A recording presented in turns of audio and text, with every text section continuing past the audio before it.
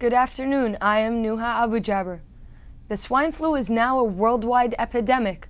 Public health authorities have mobilized to battle this dangerous disease.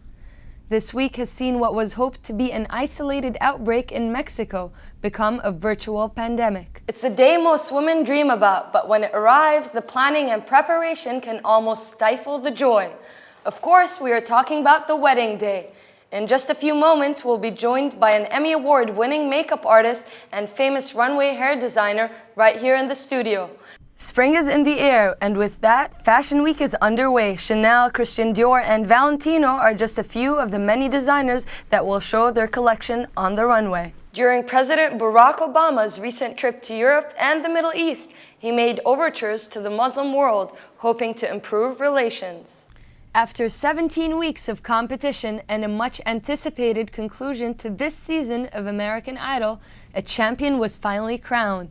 An unexpected one, that is. It was the most shocking upset in American Idol history, as Chris Allen took home the 2009 title. The undeniable underdog from Arkansas was shocked as Ryan Seacrest announced his victory over the unexpected loser, Adam Lambert. With the title comes a $1 million record contract and a chance at worldwide success as previous Idol winners, Kelly Clarkson, Carrie Underwood, and last year's Idol winner, David Cook. We wish Chris Allen the best of luck with his career. That's it for today's entertainment news. I'm Nuha Abu Jaber. During these hard economic times, when it comes to real estate, those with cash may be considering themselves to be the lucky ones. Fighting to get their sport to the top, these athletes aim to compete in the 2012 London Olympics and hope to return not only with gold, but with worldwide respect. This is Nuha Abu Jaber for NYFA NBC News. Doors are starting to shut. Parents who were once employed are forced to stay home. To a home that could be foreclosing. With the future becoming bleak, America's economic uncertainty has the dwindling workforce seeking advice. So as tensions begin to rise and debts begin to mount, an unemployment rate of 7.6% has forced people to look to other dimensions and seek mystical comfort for answers to their woes. And the silver lining is a boom in the business of psychics.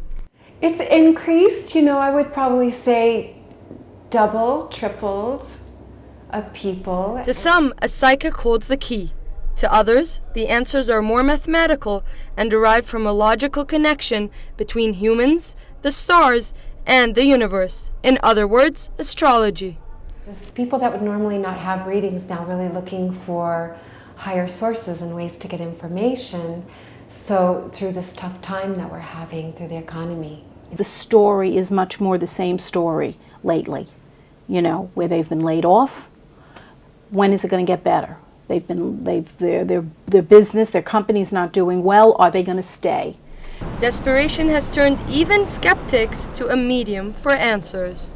They usually don't come to me for financial advice. They come to me for timing.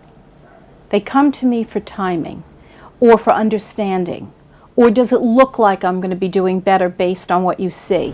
While some people seek help from astrologers and psychics during this difficult time, others believe a more proactive approach is necessary.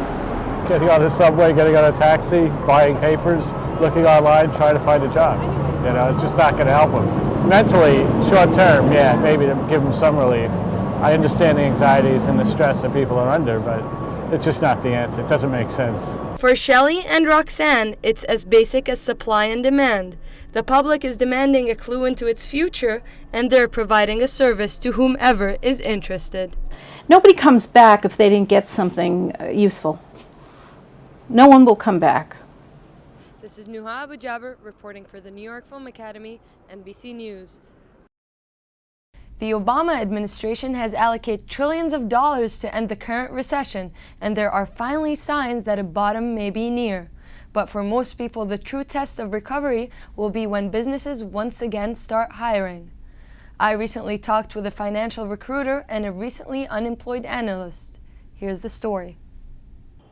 At a time when the job market is anything but prosperous and unemployment is at its highest in decades, countless professionals are feeling the constant strain of a deteriorating economy. This is the worst I've ever seen it, where there has been no activity, little activity.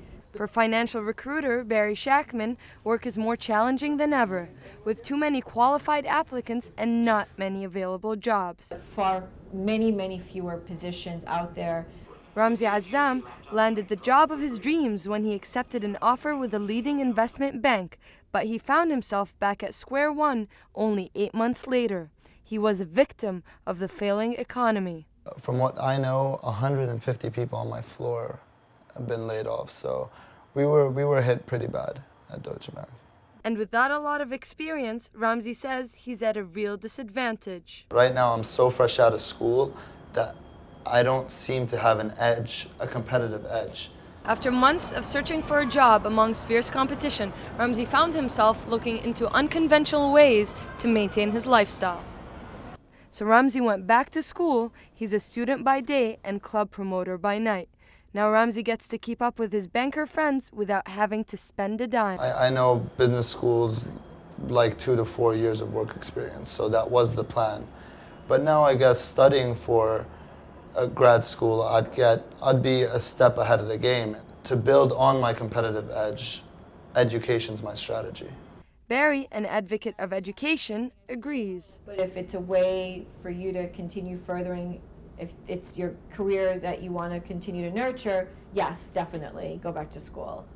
And her advice to those who have been in search of work: To stay positive, to be persistent, to be proactive, not to wait for someone to contact you after you send a resume, whatever you can do, and be very persistent, because those are the people that will find the job quicker. This is Nuha Abu Jaber reporting for New York Film Academy, NBC News. That's it for this afternoon. I'm Nuha Abu Jaber. Thanks for watching, and we'll see you next time.